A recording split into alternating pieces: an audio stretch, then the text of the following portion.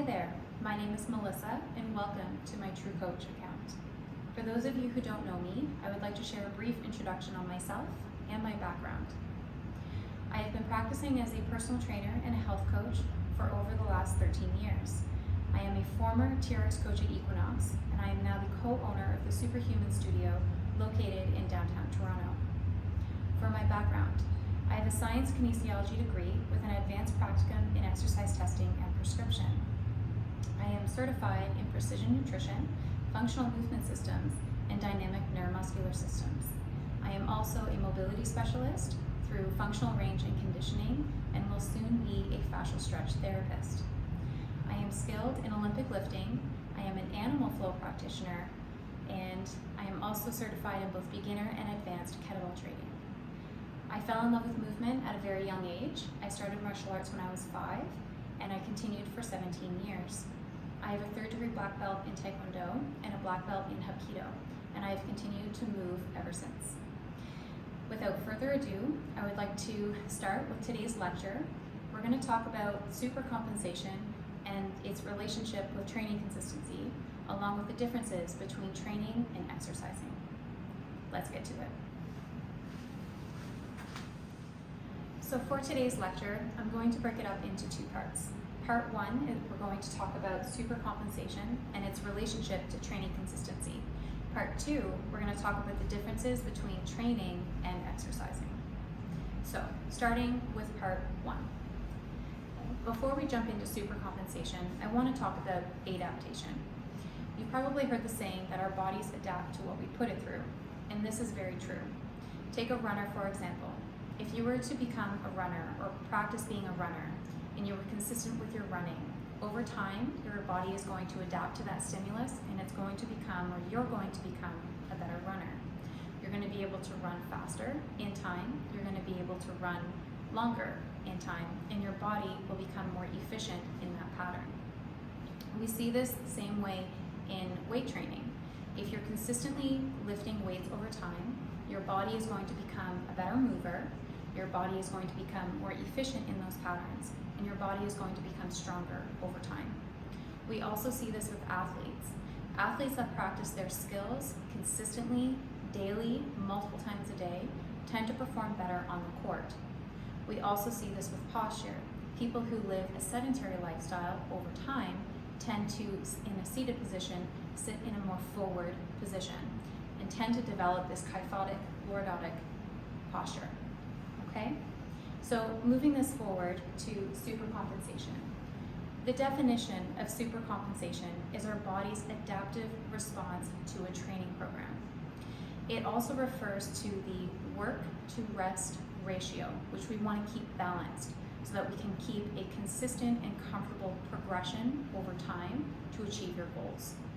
It also states that the science, I should say, also states that we're either in a supercompensation state or we're in a detraining state, which we're going to talk about further in a minute. Okay? Next up, let's talk about this diagram. Okay, so now we're going to go through the graph. I'm going to draw it out for you so we just get a deeper understanding of how it works. The x-axis, this is going to be known as time. The y-axis is known as your performance ability, or your ability to perform in that moment. So before you come in for a training session, you're going to be at this level, let's say. Let's call this the neutral, or where your starting point is. When you come in for the workout, you're going to go into a deficit. Your ability to perform is going to decline. This is good, this is natural. When you're working out, we're stressing the body, we're becoming tired, fatigued over time. So we want this deficit to occur. After that workout, you're going to recover. Over the next 2 to 3 days, your body is going to recover, and when it does, it's going to recover at a higher level than where you initially started. Okay? This usually takes 2 to 3 days to complete. This level here is called supercompensation. This is what we're looking for. want to do next is after 2 to 3 days, you're gonna go and do another workout. You're gonna decline, you're gonna go into that deficit again, and then you're going to recover once more. So essentially, how this works is after each workout with prescribed rest and prescribed intensity, it is essentially building blocks to get you to where you want to be. Okay? This is science. So if we are training 2 to 3 times a week consistently, we can use supercompensation to be able to improve the body in whatever it is you're looking to achieve to obtain that goal. Now, something to keep in mind is, say we recover after that workout, okay, after 2 to 3 days, and say we don't hit this session, we miss it, we're sick, that's fine, once in a while, it happens, we're traveling, there's a holiday, whatever it is, we don't hit this session, your body is going to continue to recover, okay, but now as it continues to recover, your performance ability is actually going to decline, okay? So now, on that 4th day, we're still in supercompensation, but not as well. Same with the 5th day and the 6th day, okay? But if we wait another week, right, then we're going to be at the same level that we initially started at.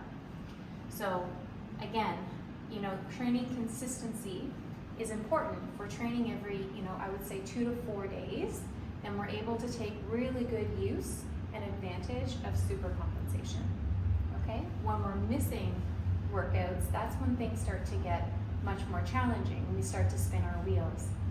Speaking of spinning our wheels, say, we go longer than a week, which happens sometimes, not the end of the world, but if it's consistent and we wait 10 days, let's say, maybe we wait 12 days, maybe we wait 15 days, we're actually starting at a lower level than where we initially started, okay? So what we want to see is a trend that goes upward. So consistency is important. It doesn't have to be 100%. However, if we are consistent on a regular basis of 2 to 3 times a week, then that's where we start to see really nice, slow, steady progress that feels good, that doesn't feel like too much struggle, and then we get closer to the goal you're looking to achieve. This also relates to soreness. So over time, we'll become more sore if we miss those workouts. Our body, again, adapts to what we put it through. And soreness is actually, the thought and the science behind soreness is different now than what it was. We used to think that pushing the body really vigorously, 3 to 5 times a week and feeling sore after every workout, that was something that a lot of people strived to achieve. That we now know is not actually healthy. We don't want to feel sore like that often. Once in a while is okay, but that regularly is not safe. Soreness is actually more linked to a neurological response where the body hasn't done something that it's familiar with in a while. So if you haven't done a workout or a strength workout, let's say in 10 days or 14 days, you're likely going to feel more soreness during that next workout than you would have if you had consistently trained, okay? So hopefully this is pretty clear. Next, we're going to move on to the differences between training and exercise. Before I get going on this though, I would just like to state that both of these are great. If you're doing more on the exercising side, that's great. If you're doing more on the training side, awesome. If you're doing a mix of both, even better. When it comes to health, the key is trying to stay active. We want people to have and maintain an active lifestyle. And that's a mix of step count, how many steps you're getting in per day, along with cardio, strength training, it can be stretching and yoga, Pilates, etc. The key is to remain active. And if this, one or the other, or both, great. But we just want to maintain physical activity in our life. So now we'll jump into the details. When it comes to training, as many of you know, if you've been working with me for a while, everything is incredibly structured, okay? We are working specific things. So we're working specific exercises, specific intensities, we're working specific muscle groups depending on what your fitness goal is. So there's also specific intensity rest recovery as well. You guys haven't talked a whole lot about that. I tend to take care of that on my end. That's my job, part of my job. But sometimes we're working at 80% of your 1 rep max. Sometimes we're working 50% of your 1 rep max. It really depends on what your fitness goals are. Now, when we compare, to exercising, things become very random. So this is where we see, for example, someone who has a gym membership and they go into the gym without a plan. And sometimes they're doing things based off what they want to do that day. Sometimes it's, what equipment is available that day. Sometimes it's, I don't feel like doing X, Y, and Z, so I do A, B, and C for 2 weeks straight, and then we flip it and we do 2 weeks of X, Y, and Z. So it becomes very random. It also becomes sporadic when you're in the gym. Both with the exercises you're doing, there's a lot of mix and change to the exercises. There's also tends to be lighter with the weights. We see this a lot in fitness classes. So with that, there tends to be a lot less rest, or we're taking way too much. So for example, with the classes, we're not getting enough rest when it comes to some of those strength-focused classes for you to really optimize results. Or that gym goer that's kind of sitting on the machine and she's on her cell phone and kind of texting away for 5 minutes straight. Unfortunately, you're losing a lot of gains that way, okay? So very sporadic, big mix of different things, little to no rest or way too much. Another big difference between the two is tracking. So when it comes to tracking, for training, I'm tracking everything. I think you guys know that. I'm tracking your weights, your reps, your sets, your intensity. If you're super out of breath in one certain circuit, I'm gonna write that down. So everything is tracked and mindful of, whereas exercising, there are no records. Okay, you're kind of basing off what you have done before. There's no real record of sets or reps or intensity, and intensity unfortunately often lies upon how much energy you have that day. So if you're feeling really good and energized, that's when we push it hard, but then next week, we don't follow that same level, right? So really good examples of training is obviously, as we are talking about, is a weight training program. Exercising, a really good example of that is classes or gym membership. Classes where you're using the same kind of 15-pound dumbbells for every exercise, you're doing as many reps as you can, and you're using them for all these different exercises throughout the week in those classes. It's very randomized, very sporadic. Both, okay, exercising, yes, you'll still get health benefits. Both obviously have health benefits, but when it comes to the best bang for your buck, especially on an effort output, how much work you're putting into your exercise program, you're gonna get a lot more benefit and a lot more bang for your buck going with training. You'll see a lot more benefits, health benefits in general. We won't dive in too much with that today, but a lot more health benefits when it comes to training. And it's also a lot safer. It's great, it's much better for injury prevention. You're learning about your body. You know what your body can handle, what it can't. If something, feels off, you build a better kinesthetic awareness, is what we call it, or body awareness, okay?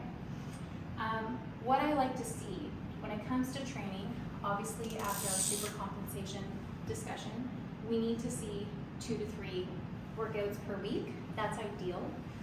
2 is minimum, right? And then 3 is ideal.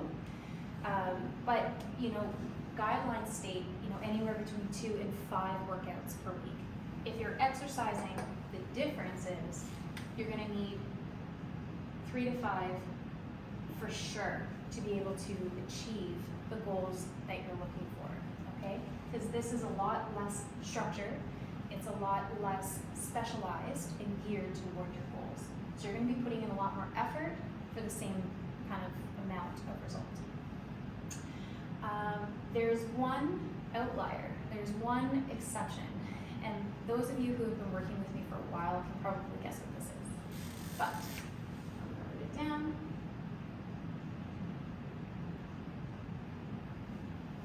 Pilates.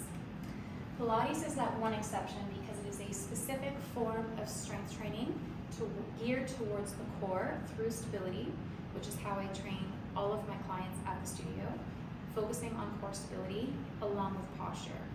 Another great piece to Pilates is activation. So if you've ever been to a reformer Pilates class, you will know what I'm talking about. It is that burning sensation that you feel in a muscle when you are really activating it, basically getting more muscle fibers firing.